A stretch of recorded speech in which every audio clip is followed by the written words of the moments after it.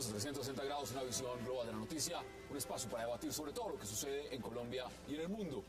Iniciamos hoy 360 hablando de la grave crisis carcelaria que vive Colombia, que quedó plenamente demostrada con la tragedia ocurrida en la cárcel Modelo de Barranquilla, donde el hacinamiento y las malas condiciones impidieron controlar un incendio, causando la muerte de 10 internos. El ministro de Justicia, Alfonso Gómez Méndez, afirmó que hay que ajustar controles, aumentar la vigilancia y controlar lo que sucede en el IMPEC para evitar tragedias como las de Barranquilla. ¿Qué sucede realmente en las cárceles colombianas? ¿Por qué la cárcel Modelo de Barranquilla tenía 1.116 internos cuando su capacidad es tan solo para 454? Hoy debate en 360. Y también esta noche debatiremos y hablaremos de ese respaldo que le dieron todos los jefes de Estado que participaron en la cumbre de la Comunidad de Estados Latinoamericanos y Caribeños, la CELAC, al proceso de paz del presidente Juan Manuel Santos. El mandatario colombiano agradeció el apoyo, dijo que queda todavía un camino difícil por recorrer, pero que espera que en la próxima cumbre de la CELAC ya haya firmado la paz. ¿Qué significa todo esto? Debate esta noche en 360 y no se muevan, que ya en segundos le estamos dando la bienvenida a nuestros invitados.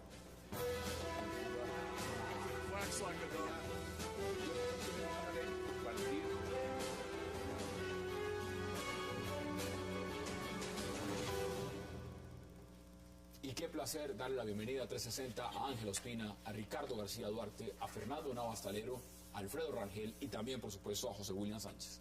Ángela, caballeros, qué placer y gracias por aceptar esta invitación. Muchas gracias por la invitación. Mire, José William, usted pertenece a la Fundación ONG Población Carcelaria de Colombia. Sí. ¿De qué tamaño es la crisis carcelaria en Colombia? Mira, ante todo, pues, un saludo, muchas gracias por la invitación, un saludo especial, las condolencias a nuestra población reclusa, que está pasando un momento muy crítico, sus familias que perdieron muchos de sus hermanos, parientes, hay muchos que están enfermos, otros en cuidados intensivos.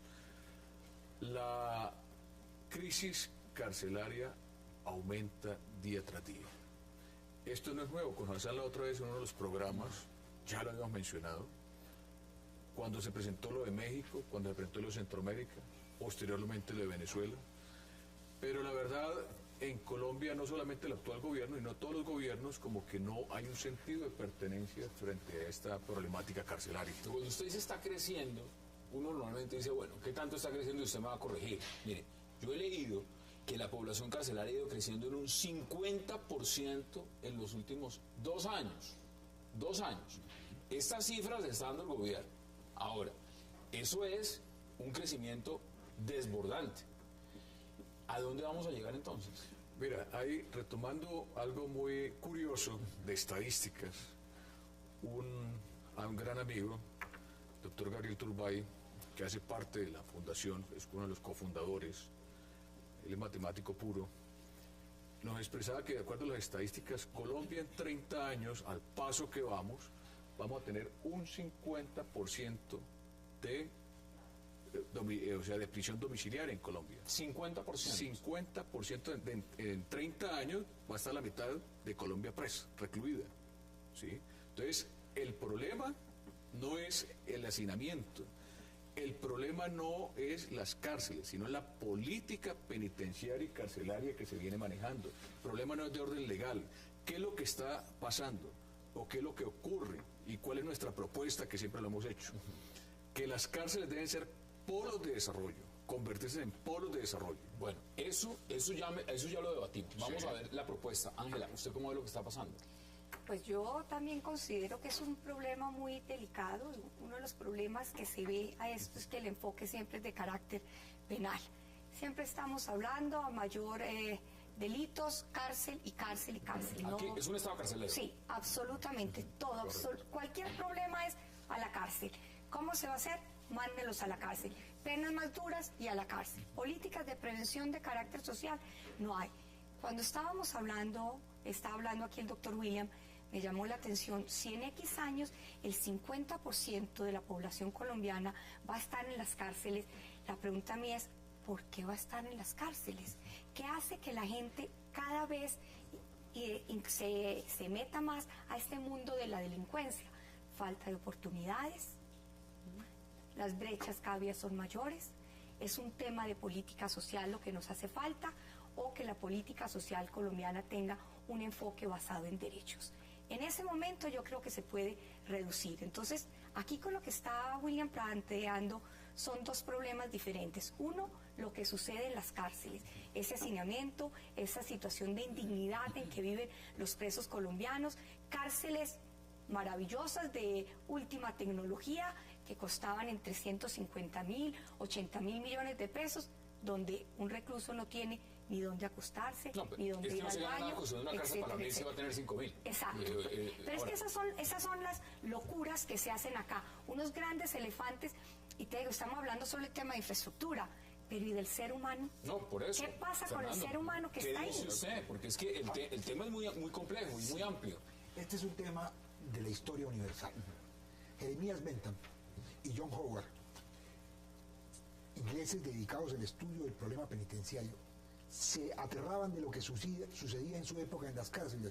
Y decía Jeremías Bentham algo que me pareció a mí siempre maravilloso, porque yo vigilé las cárceles en Colombia, cuando fui procurador y cuando fui personero, porque me valía de un instrumento que abolieron en Colombia, que era la visita carcelaria.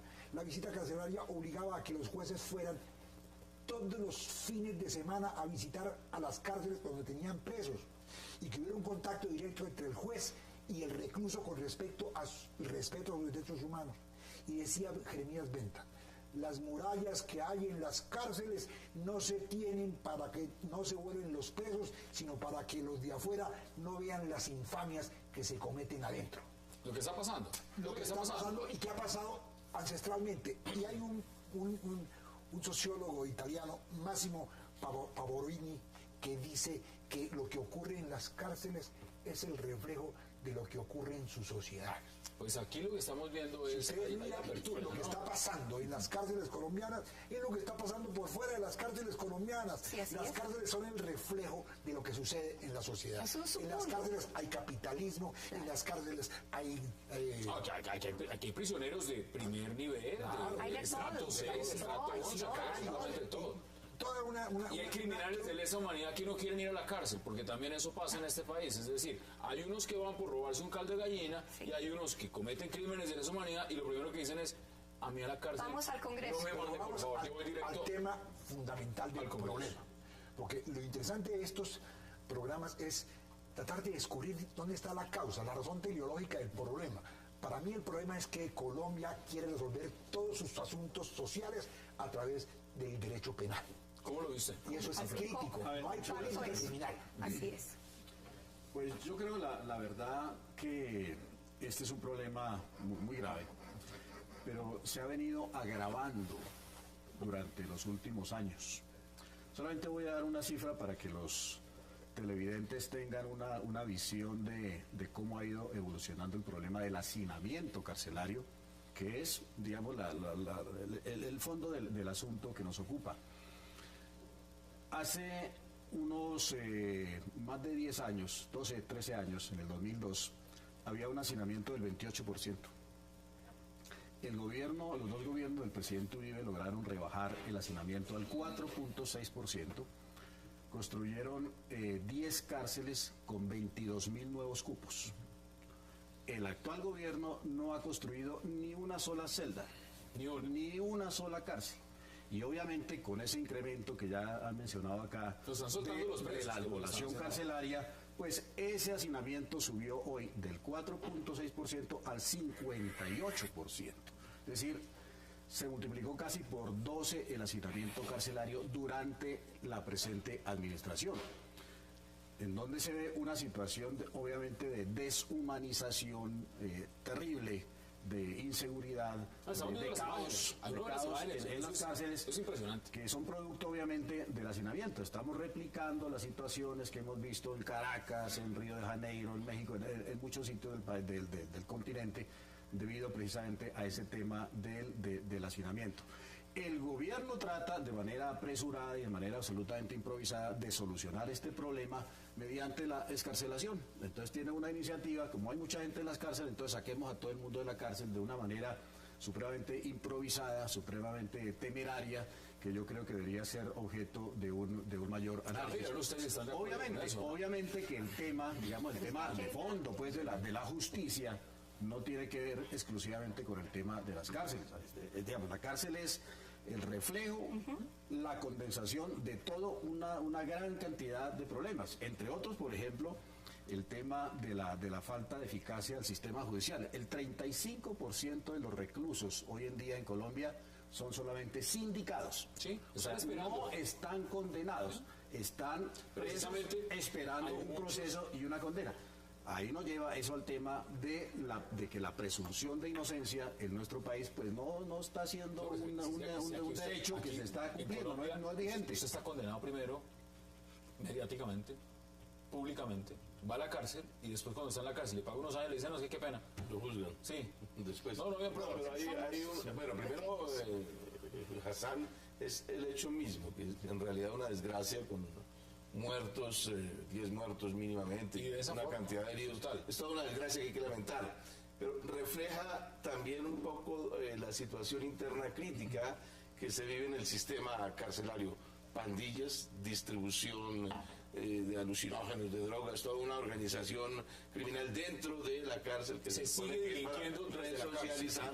Luego, estrategias equivocadas de pronto, según lo narran los medios de comunicación, en el control de eso, incapacidad para diseñar estrategias ágiles que permitan neutralizar una situación de estas. Y luego, como fondo general, el hacinamiento que permite que una situación de esta naturaleza desemboque en una tragedia. De manera que yo lo que hay de por medio, a partir de ese episodio desgraciado, es una situación crítica en la que el sistema carcelario, con sus problemas, ha rebasado la capacidad del Estado, sin duda. La palabra. Pero, yo quiero rematar lo que usted está diciendo, que me parece muy importante, pero para que lleguemos a unas conclusiones más certeras. Es que lo que las cárceles están demostrando es la falacia, la mentira, el engaño del derecho penal. El derecho penal dice que conduce a la rehabilitación social del delincuente. ¿Qué es lo que ¿Pero qué rehabilitación hay? Es una escuela, son unas escuelas para venganza de la delincuencia. sociedad contra el pobre ciudadano que nunca tuvo quien le diera garantías para que pensara en un Pero es que futuro mira, hermano, lo que decente. está diciendo Rangel, la gran mayoría, un porcentaje muy alto, no la gran mayoría, pero un porcentaje muy alto, 35%, están ahí sin haber sido condenados. Pero ¿cuántos son reincidencia? Yo no diría tanto de venganza, pero a mí sí estoy de acuerdo con usted, como dice doctor Navas. Este es un planteamiento. ¿Y a dónde vamos a seguir? Las palabras que dijo el ministro, yo no sé cuántos ministros han dicho lo mismo. Vamos a ejercer mayor control. Yo creo que no es un tema solo de controles, tiene que irse a algo más profundo. ¿Qué hace que una sociedad usted como menciona al esta? ministro, ya le voy a dar la palabra, veamos qué dijo el ministro Gómez Méndez justamente frente a este tema. El hecho de que todavía en las cárceles haya comercio de estupefacientes es algo que es absolutamente inexplicable. Y también para mirar sobre la forma como actúa o reacciona en estos casos la Guardia Penitenciaria. Analizamos todo el tema del hacinamiento, que tiene, como lo hemos visto muchas veces, múltiples causas, pero entre ellas la ausencia de una política criminal clara.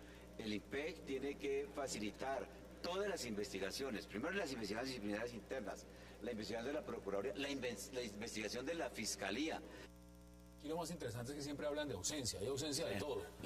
Ausencia que investigan, una ausencia y una investigación exhaustiva, y sigue el mismo Hay mucha problema. ausencia. Pero mire, yo algo que concreto, lo que dijo Alfredo Rangel, en el sentido que en el periodo Uribe se construyeron más cárceles, que en actual menos cárceles. Ninguna, Yo no ni una sola. Bueno, pero yo no ni una comparto el sola. criterio, es que el criterio quiere de construir más celdas y más celdas. Dígame, Es necesario, hay hacinamiento, hay que construir cárceles. en el periodo Uribe, dígame, ¿cuántos internos se resocializaron en Colombia a nivel de civiles, militares y policía? ¿Cuántos? Cero resocialización. Pero no, Ese dato sí es muy complicado. Yo le puedo dar otros datos. Perdón, el acceso a la salud, por ejemplo, pero programas de humanización en las cárceles, de acceso al hablamos trabajo, de a la parte de educación. salud en Colombia, en las cárceles, hace rato es precaria. Y en este momento no tienen. Es que no tienen. No tienen. O sea, en este momento es más. Si van y miran, no hay contrato con Capricorn. Y otros Usted se enfermó hoy en una cárcel colombiana y no tiene quien no lo atienda. tienen ni siquiera Hay que una llamar. pasta. Doctor, permítame. Hay que llamar a un familiar a que le lleven Y algo pequeño, Le pero criticaban al procurador de México que por qué invertían tanto dinero en cárceles y no en escuelas.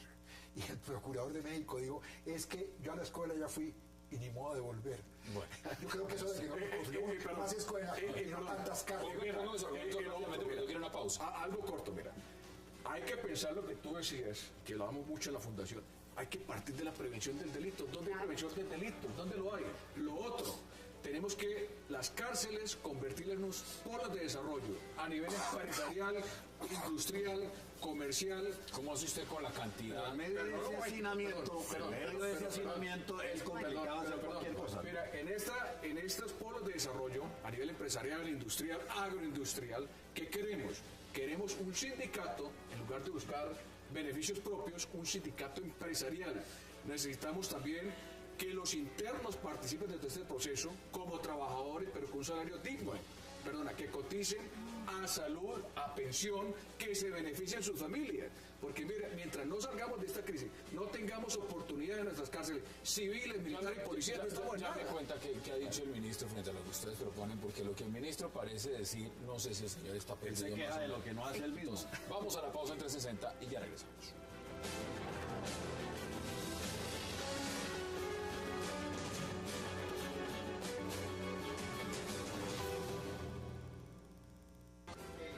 Una investigación pronta y exhaustiva ha solicitado el ministro de Justicia, Alfonso Gómez Méndez, frente a la tragedia en la cual 10 internos de la cárcel Modelo de Barranquilla perdieron la vida. El jefe de esta cartera anunció que serán analizados varios aspectos, entre estos si hubo fallas administrativas y la actuación de los guardianes del IMPEC a la hora de atender el amotinamiento. El hecho de que todavía en las cárceles haya comercio de estupefacientes es algo que es absolutamente inexplicable. Y también para mirar sobre la forma como actúa o reacciona en estos casos la Guardia Penitenciaria. Analizamos todo el tema del hacinamiento. Frente a la gravedad de los hechos, algunas entidades del Estado, como la Procuraduría General de la Nación, ya anunciaron investigaciones. Lo primero que ha solicitado es un informe por parte del IMPEC. El IMPEC tiene que facilitar todas las investigaciones, primero las investigaciones disciplinarias internas, la investigación de la Procuraduría, la investigación de la Fiscalía. Mientras se verifican las causas de la muerte de los 10 internos, el sindicato del IMPEC indicó que ese grupo de trabajadores ya había anunciado la difícil situación en la cárcel Modelo de Barranquilla. Añadió que al interior del IMPEC existe un déficit de personal para la atención de los centros penitenciarios. Esta organización, con la seccional de la Unión de Trabajadores Penitenciarios, ha puesto en conocimiento la problemática de Barranquilla frente a la convivencia de los mismos internos, el hacinamiento, el déficit de personal, la falta de medios técnicos y tecnológicos del personal que labora allí para poder solventar alguna emergencia como la que se ocasionó en el día de ayer.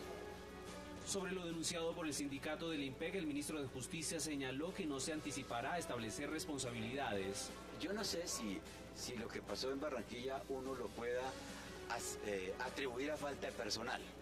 No quiero tampoco que se aproveche esta situación para plantear otros hechos que probablemente tengan una justificación y una explicación distinta. El Ministerio de Justicia no descarta que se tome la decisión de solicitar la renuncia del director de la cárcel Modelo de Barranquilla si se llega a comprobar su responsabilidad administrativa. Dios mío, no. Regresamos a 360. Mire datos. 138 prisiones en Colombia con capacidad para 76.000 presos concentran 120.000. Las top 10, la de Cali, Villahermosa, capacidad para 1.667 presos y tiene 6.402. Si miramos la cárcel de Riohacha en La Guajira, tiene para albergar 100 presos y en este momento hay 451. No. Si miramos la cárcel La Picota, tiene 8.216 reos y la Modelo 5.015. La capacidad de la Modelo son 2.900. Es decir, esto es en todo el país. Es un problema absolutamente crítico, agudo, Supercrítico. No se puede, digamos, ese problema no se soluciona pensando en que hay que modificar el sistema educativo y todo eso hay que hacerlo. Y hay que educar al menor, etcétera, pero hay un problema inmediato, crítico, que debe ser solucionado también de manera urgente. Lo de soltarlos, lo de soltar. Yo creo que hay medidas muy, digamos, que se pueden ir tomando. Por ejemplo, el tema de las... Obviamente hay que construir más cárceles por lo pronto, hay que construir más cárceles. Y para eso me parece que habría que revisar el sistema de Estados Unidos, en donde se entregan cárceles en concesión al sector privado, son administradas por el sector privado, España obviamente con el modelo. control del Estado, y eso ha dado excelente resultado en términos de humanización, de resocialización, de control de las cárceles. Me parece, por ejemplo, que el tema de la presunción de inocencia, eso hay que solucionarlo. Es absolutamente inaudito que el 35% de las personas que están encarceladas hoy en día no hayan sido condenadas. Lo primero que Me parece, cárcel, usted inmediatamente le piden, lo están investigando, sindicando, y la gente cárcel. Eso hay que solucionarlo, y es otro aspecto del problema. El tema, por ejemplo, de la casa por cárcel.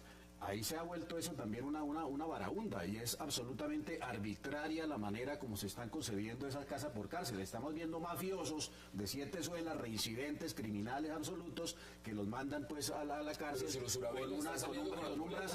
con un brazalete y absolutamente descontrolada. Y mucha gente, por delitos mucho menores, que ni siquiera deberían estar en la cárcel, sí están bajo el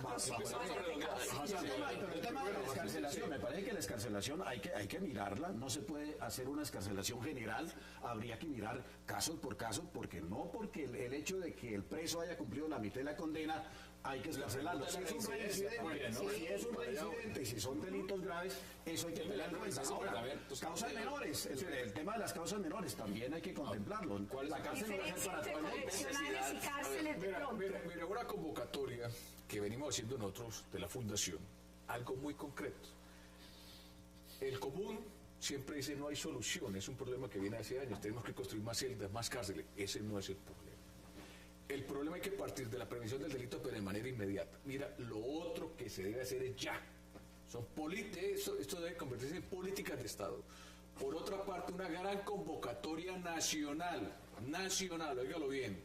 ¿En qué sentido? Vincular la academia. Mira, los colegios para la parte de la alfabetización en las cárceles, ¿cuándo se ve? No se ve. Vincular todas las facultades de medicina, odontología, todos los profesionales de último año, estudiantes, que vayan a hacer sus prácticas a las cárceles. Que se vinculen los empresarios, los industriales, existen como incentivos. Han lanzado un montón de propuestas, pero la realidad es otra. De todas formas, esos son unos paliativos. Yo sí creo, como estaba diciendo el doctor Rangel, ya hoy, ante esas estadísticas que usted acaba de presentar, pues se tiene que construir otras cárceles. Lo que pasa es que a nosotros se nos olvida la integralidad en cualquier política, no solo en la carcelaria. No es, haga más cárceles para que puedan albergar ese 50% que se dice que va a estar ahí. No, ¿y dónde está esa política real de prevención? ¿Dónde está el trabajo hacia la niñez? ¿Dónde está el trabajo de los adolescentes? Es que aquí hablamos siempre de la niñez o de pronto de los mayores. El grueso de los adolescentes. Hoy me impactó una mamá que estaba hablando que no sabía de su hijo. Yo creo que esa señora no tenía 35 años y tenía un hijo allá en la cárcel modelo de Barranquilla. ¿Qué es lo que hay detrás de esa sociedad que hace que en este momento las cárceles de nosotros estén hacinadas? Ese es el tema fuerte a trabajar. ¿Cómo lo solucionamos? Porque hay es muy fácil necesidad de un esfuerzo urgente, inmediato, que incluya en materia de políticas públicas, como mínimo, una política en torno de los delitos menores, que no exigen necesariamente ir a la cárcel. Eso es una medida importantísima, pero hace parte de la justicia. En materia de justicia también solucionar el problema de la congestión en los tiempos de la justicia. El hecho de que se demoren muchísimo tiempo cuando hay detenidos. Tiene que ser muy ágil y requiere toda una reforma de la justicia en materia de descongestión. Pero recuerden que la reforma no la quedaron debiendo. En tercer lugar, un esfuerzo enorme en materia de construcción nuevas de cárceles con un régimen interno decisivo de resocialización. Yo creo que mínimamente eso hay que proceder. Tenemos conclusiones, vamos a cambiar de tema. Hassan, 20 o 30 segundos. Sí, Hassan, yo creo que la verdad nosotros tenemos que aprender de la experiencia. El gran maestro de la vida es la experiencia. Y la experiencia nos demuestra a nosotros que desde la fundación de la República hasta el día de hoy el derecho penal no ha servido absolutamente para nada. ¿No le gusta tampoco el modelo que tenemos? No, es que el derecho penal es a la salud social lo que el minuto fue para la sífilis, no sirvió para nada. Nosotros tenemos que acabar con la pena. esa pena que utilizan los penalistas y buscar otras alternativas y no seguir copiando los modelos extranjeros. Creemos nuestro propio modelo, legislemos para nuestro propio país, para nuestra idiosincrasia, para nuestro pensamiento, para nuestro Entonces, el sistema penal acusatorio, ¿a usted no le gusta que tenemos? ni el acusatorio ni el inquisitorio. El sistema penal fracasó a nivel mundial. Pero yo quisiera agregar algo de lo que se ha dicho acá, algunos detalles. Por ejemplo, el tema de los delitos menores, de las causas menores. Eso de estar metiendo a la cárcel a gente, digamos, condenada o sentenciada por inasistencia alimentaria, eso no tiene sentido. La gente que roba por primera vez un pan, pues eso no tiene sentido meterlo a la cárcel. Tiene que haber un sistema de fianzas, por ejemplo, que la gente salga en libertad bajo fianza en algunos casos. Interesante. En otros casos que se impongan multas, en otros casos que haya trabajo comunitario como castigo, etcétera. Es decir, penas alternativas, no necesariamente la cárcel. Pero tampoco, doctor Rangel, que con la excusa del hacinamiento, muchos de los delitos, por ejemplo los de hurto, entonces ni se investigan ni se van a la cárcel y feliz existe esa impunidad. Un ejemplo, porque mire, quedan menos de 30 segundos y yo sí quiero que usted me dé un ejemplo de cómo se resocializa a una persona en una cárcel colombiana. O sea, ¿qué es cuando hablamos de ese proceso? Deme un ejemplo. Bueno, abreviando las cosas, lo que dice Ángel Ospina, que dijiste que, o sea, el modelo que tratamos de implementar en el nivel nacional es un paliativo, estás totalmente equivocada. Nosotros en el Huila, en el año 99, que yo estuve director del IPED en el Huila, este modelo lo logramos desarrollar. Vinculamos el sector público, vinculamos el sector privado, vinculamos la academia, vinculamos la clase política, industrial, empresarial, las fuerzas militares, la policía. Y no hay todo el mundo colaboró y de manera grata y de inmediata. Ese mismo modelo lo podemos implementar en el nivel nacional. Pero ¿por qué no aprovechamos la inversión nacional extranjera en las cárceles? Mira, hay una serie de TLC firmados, ¿por qué no aprovechamos esos TLC? ¿Sí? O sea, no se trata simplemente de entrar a reprimir y reprimir. Un último elemento que aquí extrañamente no se ha tocado es el tema de la Guardia Penitenciaria. Hay 22 sindicatos en el IMPEC. Eso hace absolutamente inmanejable, incontrolable la situación. Yo creo que eso hay que revisarlo, porque resulta que todos los guardianes están prácticamente como dirigentes de los sindicatos en permiso sindical, y es absolutamente imposible para el director del IMPEC y el ministro de la Justicia hacer cualquier tipo de movida o de sanción o de castigo. El ejemplo de resocializar en una cárcel, ¿qué es? ¿Cuál es el ejemplo? Hay que resocializar al IMPEC. Me quedan primero. 15 segundos. Terminando, lo que dice Rangel en el sentido de los sindicatos. ¿No son 22, me dicen, sindicatos? No son 22, sino 48. Una de las salidas que tenemos a los sindicatos que buscan el favoritismo de orden personal es que los sindicatos se conviertan en empresarios. ¿Sí? Usted lo que está proponiendo es una reforma antioqueño. Totalmente, pero a ver, la realidad es otra, vuelvo a decir, la realidad de la práctica es otra. Ahora, ¿cuál es ese ejemplo? ¿Cómo resocializan? Bueno, ¿usted va a ver un baño resocializarse en una cárcel de Colombia? Mire, en este momento, lamentablemente, lo que comentaba fuera de cámaras, ¿qué le llaman resocializar? Los señores o señoras que están haciendo el aseo, los señores o señoras que están haciendo los mandados internamente en la cárcel, los señores o señoras que están lavando baños. Esa es la resocialización que está viviendo en Colombia.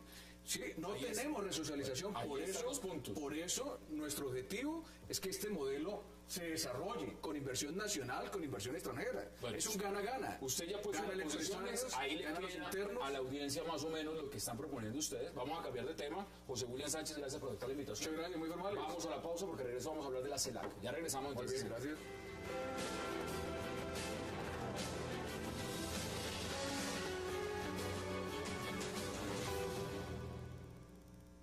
Hemos avanzado como nunca antes en las negociaciones con las FARC. Ya evacuamos 2 puntos de los 5 puntos que hemos convenido. Queda todavía un camino difícil por recorrer, pero si ustedes me preguntan hoy si soy más optimista de lo que era hace un año cuando hablamos sobre este tema en la última cumbre de CELAC, yo diría que sí, soy más optimista. ¿Por qué? Porque veo que hay voluntad de ambas partes. Por mi parte, la voluntad es total, porque no hay valor más importante, un valor supremo de cualquier sociedad, como la paz. Regresamos a 360 al presidente Juan Manuel Santos en cumbre de la CELAC. Se ha avanzado más que antes. ¿Cómo lo ve usted? Porque el apoyo es total al proceso de paz. Y se ha declarado además el continente latinoamericano como una zona de paz dictaminada desde una dictadura, pero eso es zona de paz. Yo no sé qué tanta paz hay ahí. Cuénteme usted cómo ve las palabras del señor presidente. Pues en primer término, el apoyo general al proceso de negociaciones que hay entre el gobierno y las FARC resulta ser un esfuerzo diplomático, un apoyo simbólico importante en estos casos desde el punto de vista diplomático. O sea, desde el punto de vista diplomático siempre hay la posibilidad de aislarse o de recibir y rodearse de apoyos. Ahí se rodea de apoyos, masivo, es importante. Masivo. Dos, el tema de la declaratoria del territorio de paz de América Latina es un problema de retórica que en unos casos la retórica resulta falsa cuando no se corresponde realmente con algún hecho, o puede tener algún sentido cuando se corresponde con hechos. En este caso, el tema central es si hay avances o no. Yo tengo aquí para lanzar una hipótesis de que no sé si haya avances materiales importantes últimamente, pero mi hipótesis es que la cosa entre si avanza al fracaso o avanza a coronar un proceso de negociaciones, creo que puede avanzar a coronar un acuerdo. Flor Ángel, ¿usted cómo lo ve? No, yo creo que este apoyo, pues sí, es simplemente protocolario. No creo que ese apoyo vaya a tener ningún tipo de incidencia en la dinámica de estas conversaciones de paz. Es falso, y yo creo que el presidente Santos miente de manera consciente y deliberada que se hayan evacuado los dos primeros puntos de la agenda. Esos acuerdos de la agenda son absolutamente parciales, temporales. La opinión pública colombiana conoce los documentos que han salido ahí, absolutamente abstractos, generales, sin ningún tipo de concreción. Y como este es un acuerdo entre dos partes, las FARC han insistido persistentemente en que los puntos esenciales de cada uno de esos dos temas no se han tramitado todavía en la mesa de conversaciones, están pendientes, así que no hay ningún tipo de acuerdo sobre esos dos puntos. Eso es falso, se están creando expectativas absolutamente infundadas. Ahora, el tema de la declaratoria de una zona de paz como América Latina, pues es propio de la retórica, de la manía retórica de los latinoamericanos. Hay que señalar que América Latina es la región del mundo con más alta tasa de homicidio, multiplicando por muchas veces la tasa promedio a nivel internacional. Entonces, hablar de una zona de paz cuando tenemos los 5 países con mayores tasas de homicidio del mundo, no deja de ser una retórica vergonzosa y un poco amarga. ¿Cómo lo vive usted, Fernando? A ver, Hassan, yo quiero decir lo siguiente. Nosotros incurrimos necesariamente, no puede ser de otra manera, en un pecado grande.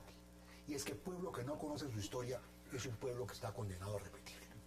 Y además a la retórica que políticamente se suele utilizar para darle fuerza a argumentos falaces. Cuando a las FARC las han condenado en las comunidades internacionales como organismos guerrilleros y no cuerpos subversivos, todo el mundo ha aplaudido esa censura a las FARC. Cuando la CELAC, que además tiene su origen histórico en el Congreso Anfitriónico que Bolívar propuso en la Carta Jamaica en 1815 y que no hemos podido nunca consolidar, porque no nos interesa consolidar, porque están interesados los imperialismos en dividir estas naciones. Cuando la CELAC aprueba lo que está intentando Santos, que además lo considero absolutamente necesario e indispensable a mí para los pocos días que me quedan, Hassan, porque tengo 70 años de ver este país en guerra y 130 que vienen de atrás, porque en eso sí nos han mentido, en decir que llevamos 50 años en guerra, nos llevamos 200.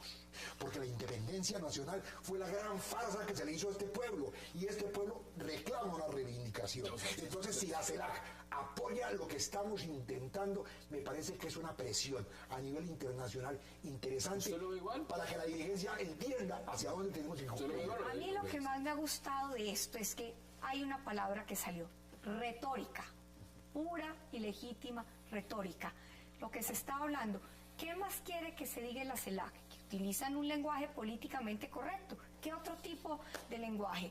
Y el presidente simplemente dice, estamos optimistas y estamos avanzando. Además ha dicho que en la próxima cumbre aspira a seguir optimista y avanzando. No, que ya se haya firmado. En la próxima cumbre de la CELAC, que ya se haya firmado. Pues hay otros que están pidiendo ojalá que en la próxima cumbre de la CELAC ya no haya dictadura en Cuba, ¿no? Pero pueden pasar un montón de cosas. Y lo seguirán pidiendo porque en todas estas cumbres se habla políticamente correcto y de ahí no pasa absolutamente nada. Lo importante para lo que nos están escuchando es, esto es una retórica. Llegue usted a que se firme un acuerdo. ¿Qué es un acuerdo? ¿Qué es un acuerdo? ¿Ese acuerdo nos va a traer la paz? No, estamos parecidos al otro segmento. Muchas cosas, venga acá, pero los temas esenciales, la paz en Colombia solo se construye de manera colectiva. En el momento en que las injusticias sociales se cierren las brechas. La paz no es simplemente un acuerdo. A partir de hoy acordamos que Colombia es un país en paz, Latinoamérica un territorio en paz y vivimos felices. Colorín colorado, este cuento se acaba. Más declaraciones del presidente Juan Manuel Santos en La Habana. Ahí estaré intentando por todos los medios de lograr ese objetivo de terminar un conflicto que ha desangrado a mi país y ha afectado a toda la región durante más de 50 años. El apoyo de ustedes ha sido muy importante y sé que seguirán apoyando, así lo han manifestado, y soy optimista de que si seguimos como vamos, ojalá en la próxima cumbre en Costa Rica podamos decir que el conflicto armado en Colombia ha terminado. Es un foro muy interesante. Cuando uno ve a Raúl Castro hablando de política económica, es interesante. O digamos, ver a Raúl Castro hablando de libertades y de democracia, pues es interesante. La pregunta es, muchos dicen, bueno, la CELAC también nace como producto de un fracaso de la OEA. La OEA ha fracasado, no nos ha servido, es la injerencia imperialista de los Estados Unidos que maneja el organismo y por eso hay que buscar nuevas visiones y nuevos puntos de encuentro y la CELAC es producto de eso. ¿A usted le parece mejor la CELAC liderada por los hermanos Castro que la OEA? Mire, con una carta interamericana. De la OEA, salvo todo lo que tiene que ver con Corte Interamericana y Comisión Interamericana, salvo eso, la OEA ha representado un fracaso, digamos. Ahora, a los fracasos como las estrellas que se acaban siguen enviando luz, por inercia siguen actuando, pero realmente que sea eficaz en la ampliación de la democracia, en la ampliación de los derechos humanos, en la solución de conflictos, etcétera, en despertar y consolidar una cierta solidaridad de todos los países. No. Aquí tenemos un alcalde que está viendo la hora, ¿no? Los cambios que hay en América Latina han dado como resultado la multiplicación de escenarios en los que se encuentran los países latinoamericanos o los países en el conjunto de América, del hemisferio occidental. El tema todavía está incierto si van a resultar completamente eficaces o no. Están experimentando distintos escenarios debido al fracaso, pero incluida la propia OEA, ¿no? Que se mantiene. Es la primera vez pero que se mantiene burocráticamente, porque sí, es una maravilla. Eso sí, viene un cargo acá, todo lo que le cuesta eso, y de ahí que yo vuelvo y digo, son espacios importantes para charlar, más o menos como estamos conversando acá, pero de ahí a que se pueda ejercer algo real y transformador, creo que falta mucho. La transformación nace de nosotros mismos, no únicamente de estas charlas políticas necesarias, pero ¿usted sabe cuántas tenemos solo en el continente? Mire, OEA, Cumbre de las Américas, UNASUR, CELAC, ALBA, y ahí me puedo quedar dándole cátedra de todas las que hay. ¿Para qué sirven estas cumbres? Porque cuando uno escucha al señor que patentó la libreta de razonamiento dando cátedra económica en la CELAC, uno se pregunta, ¿y este señor hay que escucharlo hablando de economía? ¿Para qué sirve esa cumbre? ¿Vamos a hablar de integración y democracia con los hermanos Castro en la cabeza? Sí, es una ironía y una paradoja muy amarga también el hecho de que el presidente Raúl Castro de Cuba esté en esa posición de presidente de la CELAC, que tiene como uno de sus propósitos el fortalecer la democracia y auspiciar la democracia y la convivencia en la región. En un país en donde están constreñidas absolutamente todas las libertades individuales, todas las libertades públicas. ¿De qué hablan los señores Castro cuando hablan de democracia y de mercado libre y de desarrollo económico, etcétera? es una amarga ironía. Ahora, a mí no me parece que este nuevo organismo, la CELAC, tenga la potencialidad de hacer lo que la OEA no hizo. Hay que reconocer que la OEA, a pesar de que no ha sido como el medio, la institución más efectiva para resolver ciertos conflictos en la región, sin embargo ha propiciado sí el fortalecimiento de la democracia, el tema de los derechos humanos. Me parece que eso hay que reivindicarlo, y la CELAC surge casi que como un capricho pues para sacar a Estados Unidos de las reuniones pues de los países latinoamericanos. Yo no le veo potencialidades ni posibilidades de que estos UNASURES y los países del ALBA y de la CELAC vayan a hacer eficientemente lo que no ha hecho la OEA. Vamos a la pausa y ya me contestan ustedes si piensan lo mismo o no, porque hay varios temas sobre la OEA y sobre la CELAC y las demás organizaciones y cumbres de si están funcionando o no en el continente. Vamos a la pausa en 360 y ya regresamos.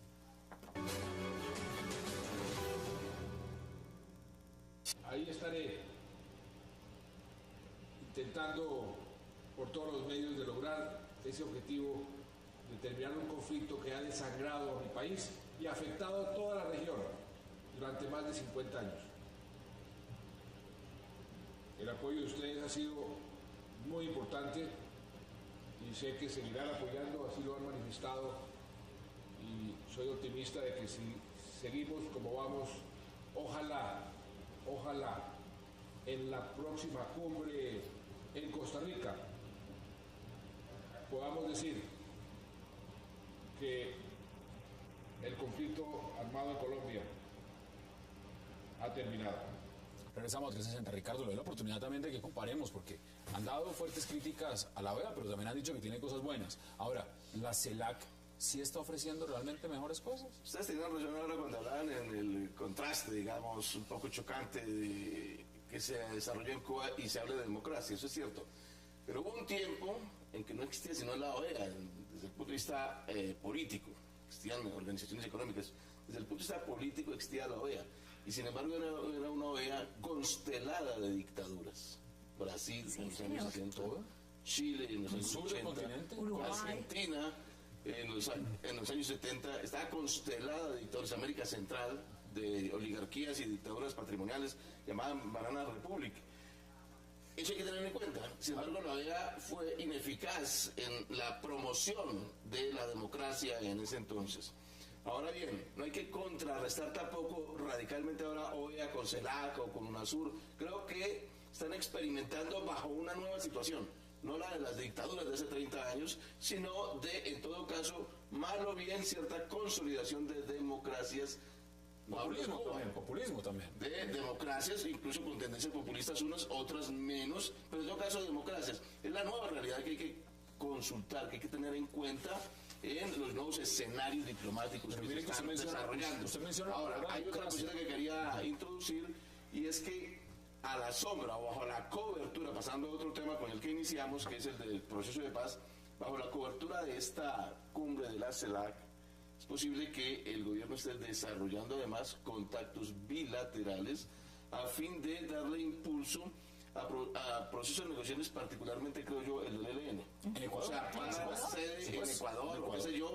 Hay que tener en cuenta también eso, ¿no? Claro. Sí. No sé, pues no va a hacer apreciación Pero sobre eso, comparto con lo que estás diciendo. Constatar el hecho de que eso sirve para Por supuesto. el tipo de contactos para iniciar el proceso. A mí no me van a decir que un presidente candidato está en Cuba, donde está una mesa de negociación, y de pronto no se acerca. ¿No habrá algún acercamiento de esos que dentro de X meses nos dicen, allá se habló?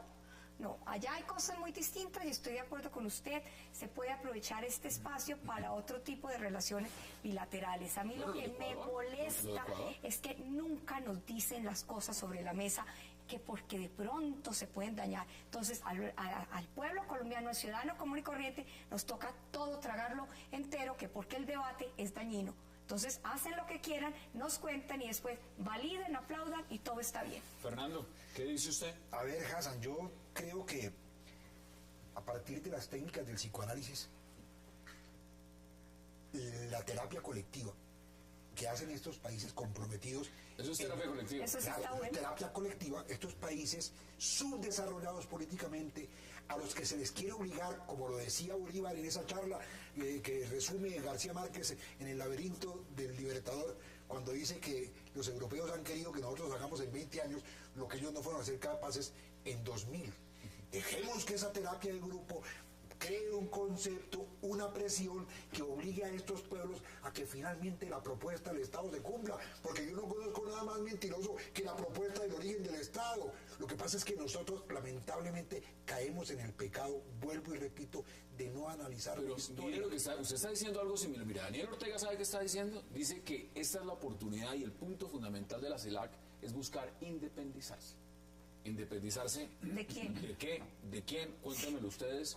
¿De quién se van a independizar? Yo no sé. Yo creo que ese es un discurso ya muy anacrónico, demasiado vetusto. El de... Acaban de reformar la Constitución en Nicaragua para que el señor se quede indefinidamente en la presidencia. Y entonces no se pueden independizar de él. Mira, no se me parece. Aquí reformamos la Constitución casi 3 veces para que se quedara el señor, señor, no me acuerdo cómo se llama, en el poder para toda la vida. Hombre, ¿por qué criticamos al vecino y no miramos la mancha que tenemos en nuestro cuerpo? Miremos nuestro problema. Nosotros necesitamos independizarnos. Necesitamos tener nuestra propia identidad política y histórica.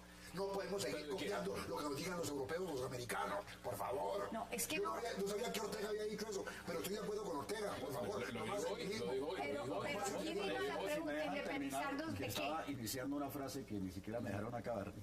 Me parece un discurso vetusto, absolutamente anacrónico, que corresponde a otros tiempos, ese de señalar que todos nuestros problemas se derivan de una relación con los Estados Unidos. Me parece que mucha agua ha corrido por debajo de los puentes de la historia durante todo este tiempo, como para estar diciendo pues que nuestro enemigo principal son los Estados Unidos y que solamente si nos independizamos de los Estados Unidos vamos a resolver todos nuestros problemas. Me parece que en un mundo globalizado, pues donde hay tantas posibilidades de establecer tantas y múltiples relaciones entre todos los países, creer pues que el problema central son los Estados Unidos, eso no corresponde a la realidad. Hoy Brasil está negociando bilateralmente mucho más con China que con los Estados Unidos, por ejemplo. Chile está negociando con todo el mundo. Y Chile está negociando con todo el mundo. Tiene el doble, el triple. Nos queda menos de minuto y medio. 30 segundos para sus conclusiones. No, las conclusiones es que esto es un espacio retórico. Me encantó lo de la terapia colectiva y como es necesaria que se sigan dando estos espacios y se sigan en terapia, que sigamos, porque ahí se incluye Colombia. Y sí, y como le digo yo, se debe pasar rico, el mar debe ser precioso, el ron maravilloso y en otro país otras cosas darán. Sí es importante una independencia, pero de nosotros mismos, de todos los fantasmas que tenemos, de todos los rencores que tenemos. Esto de que tenemos que volver a construirnos, puede irse uno a una teoría de la deconstrucción. Aquí me están para escribiendo volver a en Twitter varios construir. televidentes de Venezuela, nos dicen, ojalá se independicen, pero de la dictadura cubana. Es que a eso venía yo. ¿Se independizo para ser dependiente de quién? ¿Cuáles son sus conclusiones en 30 segundos? En materia de relaciones internacionales, las relaciones entre América Latina y Estados Unidos son complejas. No solamente es de desequilibrios, pues, entre una gran potencia y unos países más débiles, sino incluso, paradójicamente, de falta de atención de Estados Unidos, de cierto abandono, no tanto de opresión, sino de cierto abandono frente a los países de América Latina. Todo esto que está en curso puede conducir a una cierta recomposición, replanteamiento de las relaciones hemisféricas entre los países de América Latina y Estados Unidos, no bajo esa retórica tradicional de que hablan ustedes, precaria, de un izquierdismo precario, sino de recomposición real en los equilibrios y en las relaciones entre los países. ¿Concluye usted, Fernando? Sí, 30 segundos. le voy a decir, a mi juicio, la globalización es a los pueblos lo que la masificación es a los individuos. Cuando nos globalizamos, nos despersonalizamos. Cuando nos masificamos, perdemos la identidad. Y eso le está pasando a estos pueblos del tercer mundo. Si no adquieren su propia autenticidad, su propia comprensión de su historia, de su proyección al futuro, estamos perdidos. Ahí están las posiciones. Fernando Navas Salero, un verdadero placer. Ricardo García Duarte, como siempre. Gracias. Ángel Ospina, que no sea la última vez. Muchas gracias. Y Alfredo Rangel, gracias por acompañarnos. Gracias. A ustedes, gracias por acompañarnos. De nuevo la cita mañana a la misma hora, 8 p.m., para seguir debatiendo toda la agenda política de Colombia y del mundo. Y recuerden, repetición de este programa, 11:30 de la noche. Gracias por acompañarnos.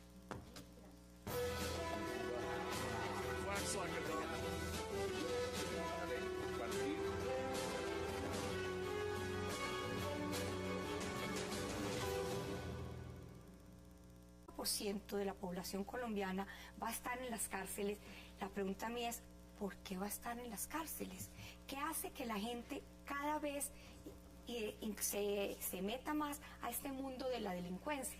Falta de oportunidades, las brechas cada día son mayores, es un tema de política social lo que nos hace falta, o que la política social colombiana tenga un enfoque basado en derechos. En ese momento yo creo que se puede reducir. Entonces, aquí con lo que está William planteando son dos problemas diferentes. Uno, lo que sucede en las cárceles, ese hacinamiento, esa situación de indignidad en que viven los presos colombianos, cárceles maravillosas de última tecnología que costaban entre 150.000, 80.000 millones de pesos, donde un recluso no tiene ni dónde acostarse, ni dónde ir al baño, una casa para mí se va a tener 5.000. Exacto. Pero es que esas son las locuras que se hacen acá. Unos grandes elefantes, y te digo, estamos hablando solo del tema de infraestructura, pero ¿y del ser humano? No, por eso. ¿Qué pasa con el ser humano que ¿qué está ahí? dice usted? Porque es que el tema es muy complejo y muy amplio. Este es un tema de la historia universal. Jeremías Bentham y John Howard, ingleses dedicados al estudio del problema penitenciario, se aterraban de lo que sucedía en su época en las cárceles. Y decía Jeremías Bentham algo que me pareció a mí siempre maravilloso, porque yo vigilé las cárceles en Colombia, cuando fui procurador y cuando fui personero, porque me valía de un instrumento. Y qué placer darle la bienvenida a 360 a Ángela Ospina, a Ricardo García Duarte, a Fernando Navastalero, a Alfredo Rangel y también, por supuesto, a José William Sánchez. Ángela, caballeros, qué placer y gracias por aceptar esta invitación. Muchas gracias por la invitación. Mire, José William, usted pertenece a la Fundación ONG Población Carcelaria de Colombia. Sí. ¿De qué tamaño es la crisis carcelaria en Colombia? Mira, ante todo, pues, un saludo, muchas gracias por la invitación, un saludo especial, las condolencias a nuestra población reclusa, que está pasando un momento muy crítico, sus familias que perdieron muchos de sus hermanos, parientes, hay muchos que están enfermos, otros en cuidados intensivos. La crisis carcelaria aumenta día tras día. Esto no es nuevo, con Hassan la otra vez en uno de los programas, ya lo habíamos mencionado, cuando se presentó lo de México, cuando se presentó lo de Centroamérica, posteriormente lo de Venezuela. Pero la verdad, en Colombia no solamente el actual gobierno, sino todos los gobiernos, como que no hay un sentido de pertenencia frente a esta problemática carcelaria. Cuando usted dice está creciendo, uno normalmente dice, bueno, ¿qué tanto está creciendo? Y usted me va a corregir. Mire, yo he leído que la población carcelaria ha ido creciendo en un 50% en los últimos 2 años. 2 años. Estas cifras las está dando el gobierno. Ahora, eso es un crecimiento desbordante. ¿A dónde vamos a llegar entonces? Mira, ahí retomando algo muy curioso de estadísticas, a un gran amigo, doctor Gabriel Turbay, que hace parte de la fundación, es uno de los cofundadores, él es matemático puro, nos expresaba que de acuerdo a las estadísticas, Colombia en 30 años, al paso que vamos a tener un 50% de prisión domiciliaria en Colombia. 50%. 50% en 30 años va a estar la mitad de Colombia presa, recluida. ¿Sí? Entonces, el problema no es el hacinamiento, el problema no es las cárceles, sino la política penitenciaria y carcelaria que se viene manejando. El problema no es de orden legal. ¿Qué es lo que está pasando? ¿O qué es lo que ocurre? ¿Y cuál es nuestra propuesta, que siempre lo hemos hecho? Que las cárceles deben ser polos de desarrollo, convertirse en polos de desarrollo. Bueno, eso ya lo debatimos. Vamos a ver la propuesta. Ángela, ¿usted cómo ve lo que está pasando? Pues yo también considero que es un problema muy delicado. Uno de los problemas que se ve a esto es que el enfoque siempre es de carácter penal. Siempre estamos hablando a mayor delitos, cárcel y cárcel y cárcel. Aquí ¿no? es un estado carcelero. Sí, absolutamente todo. Cualquier problema es a la cárcel. ¿Cómo se va a hacer? Mándenlos a la cárcel. Penas más duras y a la cárcel. Políticas de prevención de carácter social no hay. Cuando estaba hablando aquí el doctor William, me llamó la atención, si en X años el 50%... Que abolieron en Colombia, que era la visita carcelaria.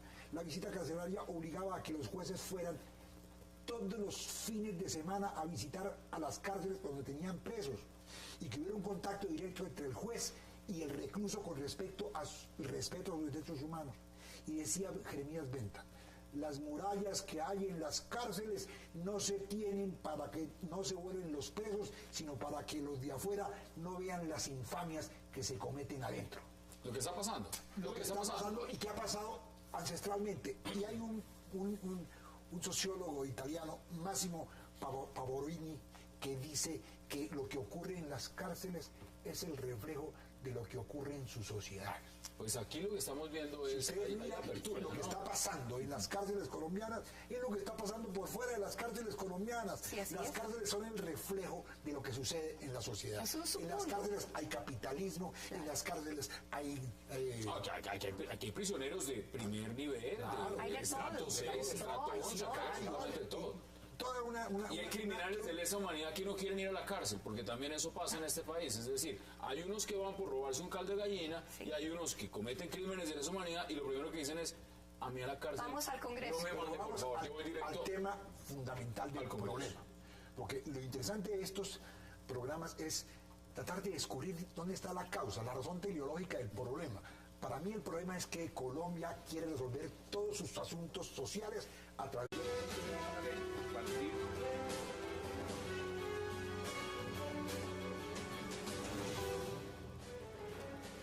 Bienvenidos a 360 grados, una visión global de la noticia, un espacio para debatir sobre todo lo que sucede en Colombia y en el mundo.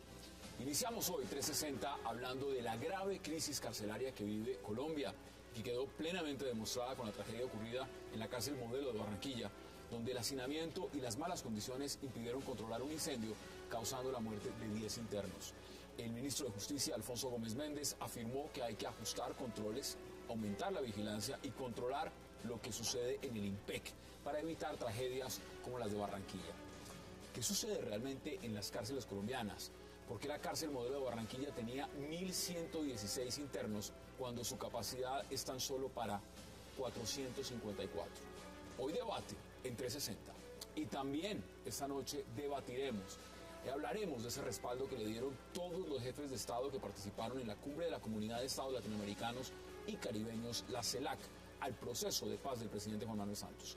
El mandatario colombiano agradeció el apoyo, dijo que queda todavía un camino difícil por recorrer, pero que espera que en la próxima cumbre de la CELAC ya haya firmado la paz.